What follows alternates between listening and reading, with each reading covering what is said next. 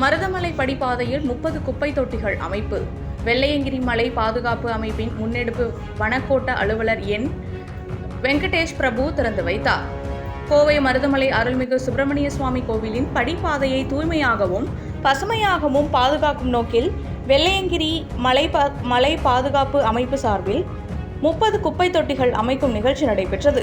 இந்த 30 குப்பை தொட்டிகளை பொள்ளாச்சியை நன்கொடையாளர்கள் ஜி. செந்தில்குமார் மற்றும் ஜே. பிரேம்சுதா வழங்கினார். பக்தர்கள் அதிகம் பயன்படுத்தும் மருதமலை கோவில் படிப்பாதையில் குப்பை தொட்டிகள் நிறுவப்பட்டது குறிப்பிடத்தக்கது. நிகழ்ச்சியில் கோவை வனக்கோட்ட அலுவலர் என். வெங்கடேஷ் பிரபு குப்பை தொட்டிகளை பொதுமக்கள் பயன்பாட்டிற்காக திறந்து வைத்தார். ஸ்ரீதேவி டெக்ஸ்டைல்ஸ் நிறுவனத்தின் நிர்வாக இயக்குனரும் வெள்ளையங்கிரி மலை பாதுகாப்பு அமைப்பின் நிறுவனருமான பி. சிவகணேஷ் நிகழ்ச்சிக்கு தலைமை வகித்தார்.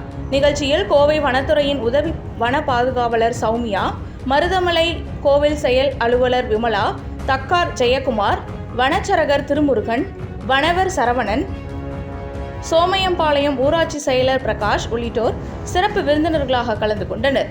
மேலும் வெள்ளையங்கிரி மலை பாதுகாப்பு அமைப்பின் நிர்வாகிகள் மற்றும் தன்னார்வலர்கள் பலரும் பங்கேற்றனர். நிகழ்ச்சியில் பேசிய சிவகணேஷ், மருதமலைக்கு வரும் பக்தர்கள் குப்பைகளை ஆங்காங்கே வீசாமல் அமைக்கப்பட்டுள்ள குப்பை தொட்டிகளில் மட்டுமே போட வேண்டும் என்றும், இதன் மூலம் மலைப்பகுதியின் தூய்மையையும் இயற்கை சூழலையும் பாதுகாக்க அனைவரும் ஒத்துழைக்க வேண்டும் என்று கேட்டுக்கொண்டார். மருதமலை மலைப்பகுதியை சுத்தமாகவும் சுற்றுச்சூழலுக்கு உகந்த வகையிலும் பாதுகாக்கும் இந்த முயற்சிக்கு பக்தர்கள் மற்றும் பொதுமக்கள் மத்தியில் அதிக வரவேற்பை பெற்றுள்ளது.